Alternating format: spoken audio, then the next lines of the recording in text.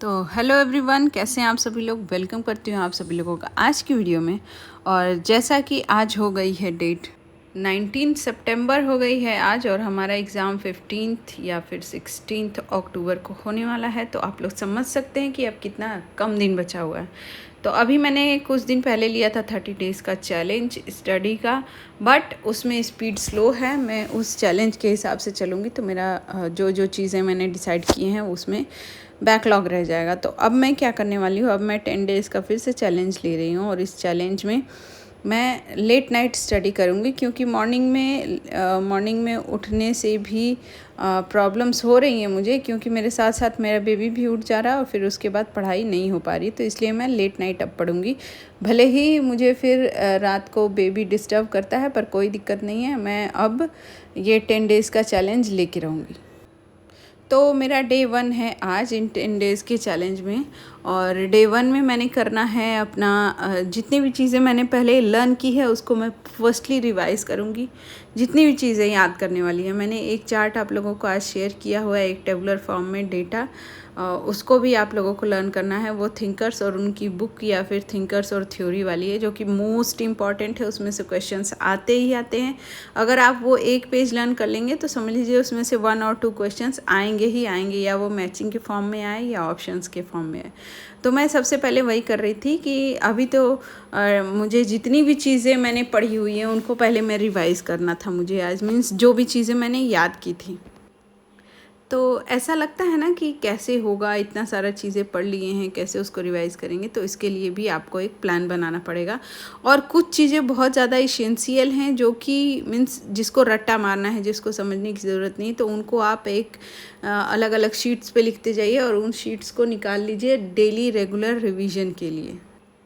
तो मेरा दिन में हो रहा था, डे का चैलेंज स्टार्ट हो गया था। अब मैं पेपर प्रीवियस ईयर का जो मैंने सॉल्व किया था उसको मैं कर रही थी रिवाइज़। और इसके बाद फिर मुझे अब रात में मैं कितनी देर तक अपने टारगेट्स पूरा करूँगी, कोई टाइम फिक्स नहीं है। जितनी देर में मतलब मैंने प्लान ऐसा बनाया है कि दिन में और रात में मिला के टारगेट्स पूरे होने चाहिए। Study hours does not matter. तो इसके लिए चाहे आपको घंटे बढ़ाने पड़े या कम करने पड़े, स्टडी टारगेट्स कंप्लीट होने चाहिए जो भी आपने सेट किया है। तो मैं अब ज़्यादा टारगेट ले रही हूँ। क्योंकि सभी चीज़ें रिवाइज़ करनी है, सबकी प्रैक्टिस करनी है। प्रैक्टिस की हुई चीज़ों की भी रिवीजन बहुत ज़रूरी है। तो चलिए दिखा देती हूँ आप लोगों को कि मैंने कैसे कैसे आज क्या क्या किया, और लेट नाइट स्टडी कैसे की, और अपने टारगेट्स को कंप्लीट करने में कितनी सारी मुश्किलें हुई। सब कुछ आप लोगों को दिखा देती हूँ।